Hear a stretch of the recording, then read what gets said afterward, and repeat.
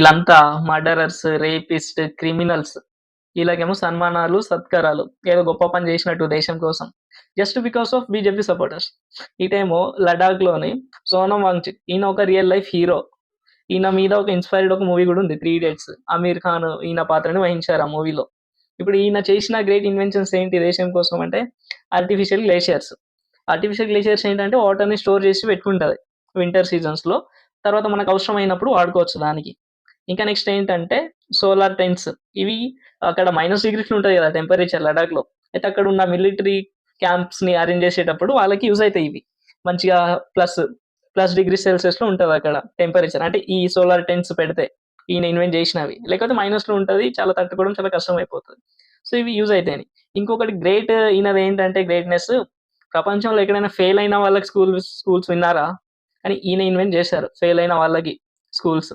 అక్కడ మంచి మంచిగా వాళ్ళకి లైఫ్‌లో యూజ్ అయ్యేటట్టు స్కిల్స్ నేర్పిస్తారు. తర్వాత బయట పెడతారు. అయితే అలాంటి ఒక హీరో లాంటి వ్యక్తిని ఇప్పుడు యాంటీ నేషనలిస్ట్‌గా ముద్రించి జైల్‌లో అరెస్ట్ చేసి పెట్టారు.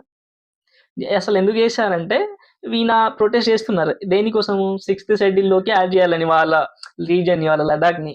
ఇప్పుడు సిక్స్త్ షెడ్యూల్‌లోకి యాడ్ జేస్తే ఏమైతదంటే ఇది ప్రొటెక్ట్ జేస్తది. వాళ్ళ కల్చరల్ హెరిటేజ్‌ని వాళ్ళంతా ట్రైబల్స్ ఆ ఏరియా అంతా మిజోరాం అట్లా నార్త్ ఈస్ట్ నుండి. అక్కడే వస్తాయి గదా! ఇది గూడా. సో, ట్రైబల్ హెరిటేజ్‌ని కాపాడుతది ఫస్ట్ థింగ్.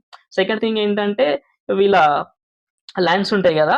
బయట నుండి వచ్చిన వాళ్ళు ఎవరు కొనుక్కోనికి ఉండదు. వాళ్ళకుంటది. సో, ఇక్కడ ఈయన జేసేదేంటంటే మోదీ ప్లాన్ అడానీని పంపించి అక్కడ ల్యాండ్ వీళ్ళకి అమ్మేద్దామని ఈయన ప్లాన్. ఎవరిది? మోదీది. కానీ దీంట్లోకి యాడ్ జేస్తే అప్పుడు అమ్మడానికి రాదు గదా! దానికోసమే గదా! వీళ్ళంతా ఇలా పోరాడుతుంది. అందుకే యాంటీ నేషనలిస్ట్‌గా చైనా నుండి ఫండ్స్ వస్తుందని ఆయనకి జైల్‌లో వేశారు. ఇదంతా చేస్తుంది ఇట్లా.